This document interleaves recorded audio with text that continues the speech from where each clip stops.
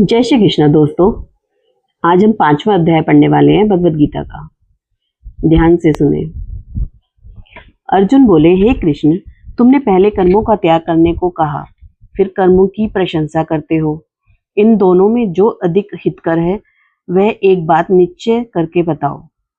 श्री कृष्ण बोले, कर्मों का त्याग और कर्मों का करना ये दोनों ही मोक्ष देने वाले हैं, परंतु इन दोनों में कर्म त्याग से कर्म योग हितकर है।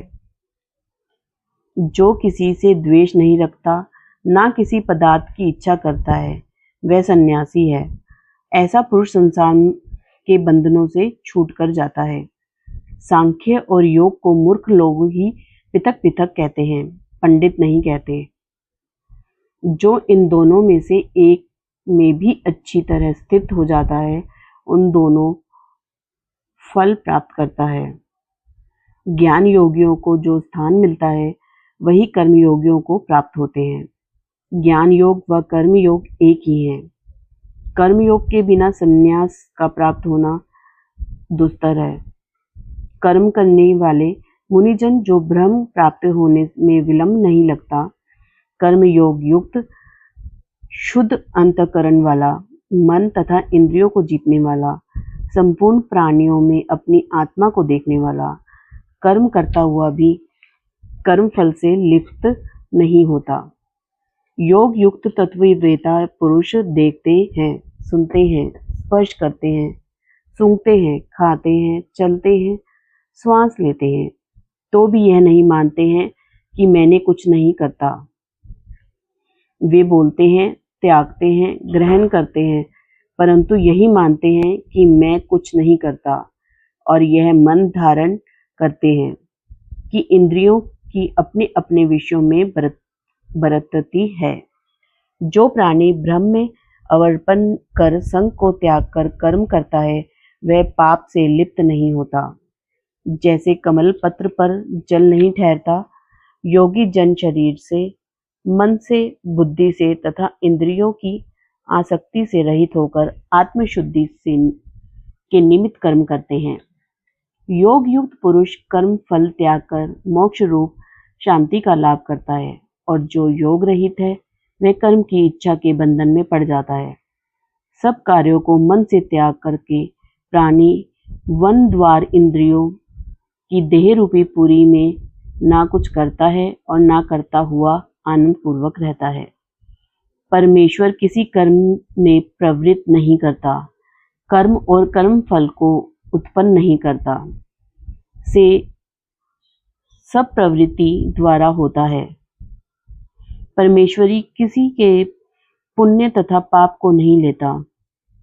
ज्ञान जो अज्ञान से आच्छादित है, उससे जीव मोह को प्राप्त हो जाते हैं, परंतु आत्मज्ञान के द्वारा जिनका ज्ञान नष्ट हो जाता है, अज्ञान नष्ट हो जाता है, उनका वह आत्मज्ञान परमेश्वर के रूप को ऐसा भासित करता है जिस प्रकार सूर्य संपूर्ण संसार को प्रकाशित कर देता है। उसी परमात्मा में जिसकी बुद्धि स्थिर है, उसी में मन लगाते हैं, उसी में निष्ठा रखते हैं, और जो सदा उसी के ध्यान में लगे हैं, ज्ञान द्वारा जिनके सब पाप नष्ट हो गए हैं, वे संसार में जन्मते नहीं, विद्या और विनय से संपन्न ब्राह्मण में, गाय में, कुत्ता में और चंडाल में पंडित जन की दृष्टि समान रहती है। जिनके मन में इस तरह की समानता उत्पन्न हो गई है, उन्होंने इस लोक में जन्म मरण रूप संसार को जीत लिया।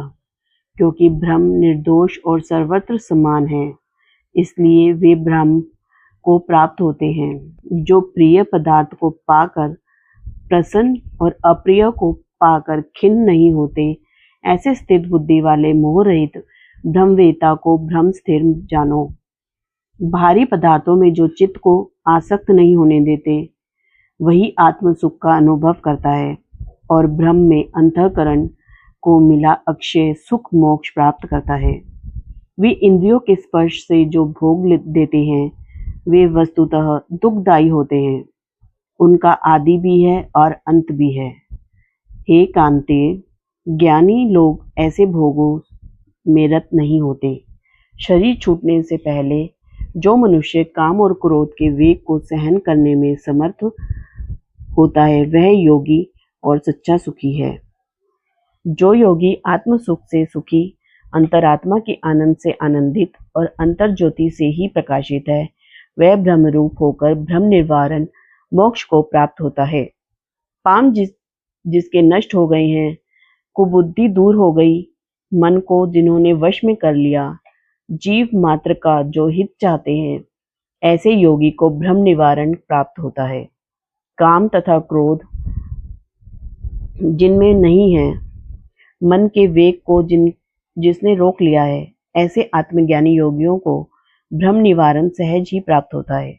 भारी पदार्थों के संयोग से अलग रहकर दोनों भुवों के बीच में दृष्टि लगाकर नासिका के भीतर चलने वाले प्राण अपान वायु को सम करके इंद्रियां, मन और बुद्धि को वश में करके इच्छा, भय और क्रोध को त्याग मोक्ष की इच्छा करने वाले योगी जीवन मुक्त हैं। जो मुझको सब यज्ञों और तपों का भोक्ता, संपूर्ण लोकों का स्वामी और सब प्राणियों का मित्र जानते हैं, उन्हीं को शांति प्राप्त होती है। 5वां अध्याय समाप्त। जय श्री कृष्ण दोस्तों। अब हम पढ़ेंगे 5वें अध्याय का महत्व कि 5वां अध्याय पढ़ने से हमें क्या फायदा होता है और क्या प्राप्त होता है। श्री भगवान जी बोले, हे लक्ष्मी, 5वें अध्याय का महत्व सुन। एक ब्राह्मण पिंगल नाम का अपने धर्म से भ्रष्ट हुआ। वह कुसंग में बैठ मच्छी मांस खावे, मदिरा पान करे, जुआ खेले। दैव योग से वह पिंगल एक राजा के यहाँ नौकर हो गया। राजा के पास और लोगों की चुगलियां किया करे। जब बहुत दिन बीते तब वह धनवंत हो गया। तब उसने विवाह कर लिया, परंतु स्त्री व्यभिचारिणी आई। वह स्त्री को मारता। उस स्त्री ने दुखी होकर अपने पति को विष दे दिया। वह ब्राह्मण मर गया। उस ब्राह्मण ने गिद्ध का जन्म पाया। कुछ काल पीछे वह स्त्री भी मर गई। उसने तोती का जन्म पाया। तब वह एक तोते को स्त्री हुई। एक दिन उस तोती ने तोते से पूछा, हे तोते, तूने तोते का जन्म क्यों पाया? तोता बोला, हे तोती, मैं अपने पिछले जन्म की कथा सुनाता हूँ। मैं पिछले जन्म में ब्राह्मण था। अपने गुरु की बात नहीं मानता था। मुझको गुरु ने श्राप दिया। कहा, जा जा, तू तोते का जन्म पावे। इस कारण तोते का जन्म पाया। अब तू कह, किस कारण से तू तोती हुई? उसने कहा, मैं पिछले जन्म में ब्राह्मणी थी। एक दिन मैंने अपने पति को विष दे दिया और वह मर गया। तोते ने कहा, तू बुरी है जिसने अपने पति को विष दिया। एक दिन वह तोती वन में बैठी थी।